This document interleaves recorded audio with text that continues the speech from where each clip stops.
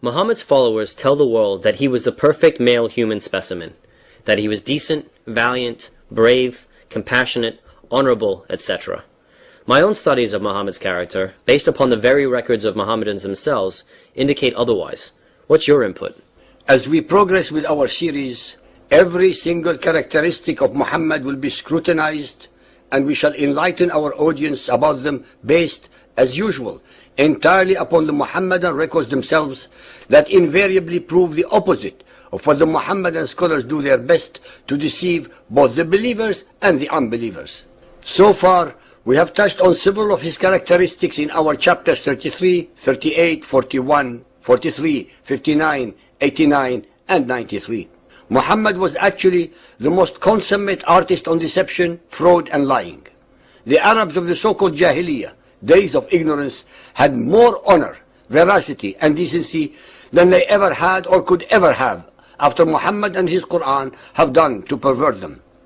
He encouraged treachery, lying, betrayal, deception, and all other similarly nefarious characteristics for as long as they were useful to his agenda, to convert the whole of humanity to his twisted vision of Islam. These accusations are not based on anger or hate, but are based entirely upon the Muhammadan Muslim records themselves, in the Quran, in the Hadith, and in their history, as we shall show. Al-Baqarah 2.6. As for the disbelievers, it is the same whether you warn them or not. They will not believe. Allah has set a seal upon their hearts, upon their hearing, and a covering over their eyes. There is a great torment for them. The disbelievers, ladies and gentlemen, will not believe because Allah had already predestined them to be so. Allah has set a seal upon their hearts, upon their hearing. They are not at fault since they have no choice in the matter. Yet the merciful and compassionate Allah nonetheless sends them to eternal damnation in His hell. In fact, Allah's predestination is the ultimate form of deception. 2.9. They deceive Allah and those who believe, but they only deceive themselves. How is it possible, from both the intellectual and theological points of view, to claim that mere human beings can deceive Allah if Allah is the God of Israel? This statement is unadulterated blasphemy. An-Nisa 4.142. Surely the hypocrites strive to deceive Allah. He shall retaliate by deceiving them. This verse reduces Allah to a petulant child perpetrating schemes and deception upon His own creation. This depiction is also pure blasphemy. Al-Ma'idah 5.41. Whom Allah wants to deceive, you cannot help. Allah does not want them to know the truth, because He intends to disgrace them and then torture them. It is a pathetic belief system if its God, Allah, conspires and deceives His own creation, and then without mercy or justice have them tortured in His hell. In fact, the above verse is pure idolatry, to give human attributes of deception, scheming, and plotting to any divine entity. Al-Ma'idah 5.101. Believers, do not ask questions about things which, if made plain and declared to you, may vex you, causing you trouble. Some people before you did ask such questions, and on that account they lost their faith and became disbelievers. Muhammad could not tolerate being asked questions that he could not answer. Hence, to mitigate against this happening, so that he can continually deceive his followers, he conveniently revealed the above verse, as always sanctifying his prohibition. Al-Anfal 8.30. Remember how the unbelievers plotted against you, Muhammad. They plotted, and Allah too had arranged a plot, but Allah is the best schemer. Ishaq 3.2.3. I am Allah, the best of plotters. I deceived them with my guile, so that I delivered you from them. What kind of a God would extol the failings of mortals, such as deception, scheming, plotting, and counterplotting?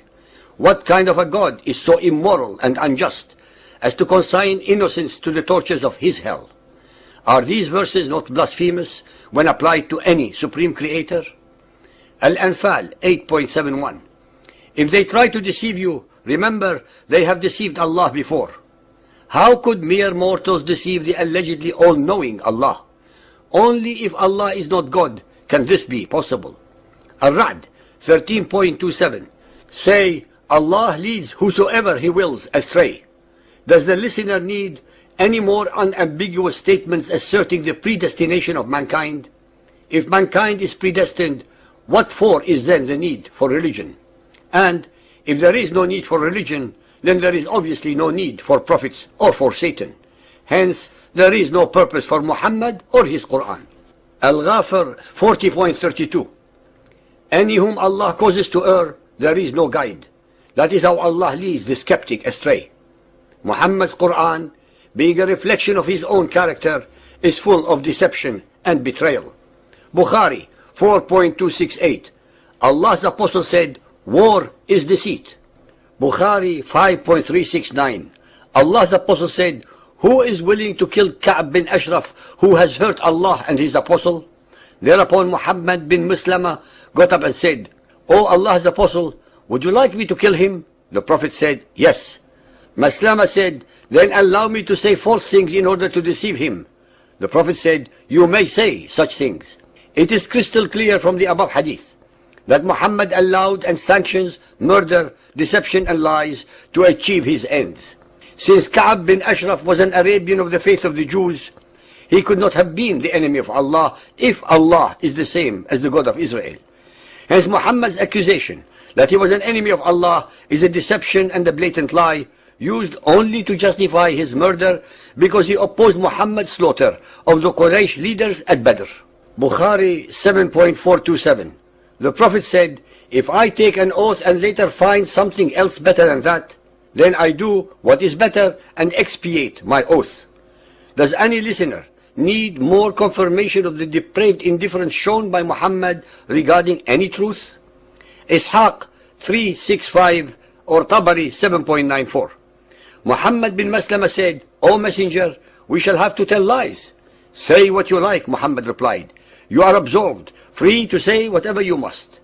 Only in Muhammad's twisted morality could a so-called prophet allow deceptions, betrayals, and murder assassinations. What is most revealing in the verses of this section is the fact that his newly converted followers were actually apprehensive to tell lies or to betray trust in their earlier state of ignorance. In reality, they were much more decent and nobler when they were pagans and before becoming Muslims. Ishaq 383. One of the young men's fathers confronted Muhammad and said, you have robbed my son of his life by your deception and brought great sorrow to me. Even the illiterate pagan Arabs, his own people and tribe, knew how false Muhammad was. Ishaq 5:19. Hajjaj said to the apostle, I have money scattered among the Meccan merchants, so give me permission to go and get it. Having got Muhammad's permission, he said, I must tell lies. The apostle said, tell them, again and again and again. The hadiths paint a disgusting and unholy, but truthful and factual portrayal of Muhammad. Betrayal, deception, and lying were and are the hallmark of Muhammad and his followers unto this day. Tabari 8.23. Nu'aym came to the Prophet. I have become a Muslim, but my tribe does not know of my Islam.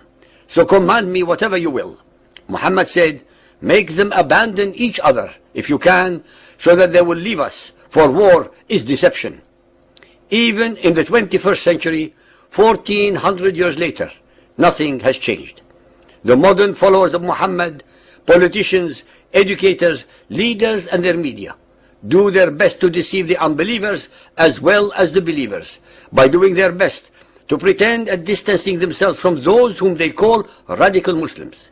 In fact and in reality, they actually agree, condone and support suicide bombings, assassinations, terror, and the undermining of our democracies with the sole aim of Islamizing the whole of humanity.